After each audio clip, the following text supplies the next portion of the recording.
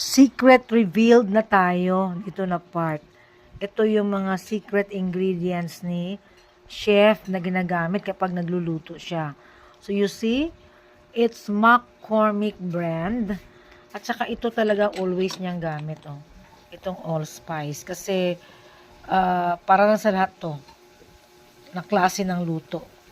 So, kayo na bahala mag-google kung ano ang para saan ang mga ganito. Kasi ang dami, oh. Oh, yan, cumin seed. Oh, 'di ba? Sage, ano ba 'to mga 'to? Rosemary leaves. Ito, parang familiar pa kayo nito, 'di ba?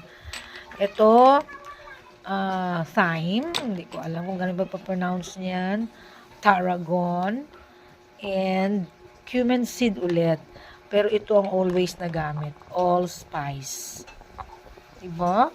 McCormick. Social si chef.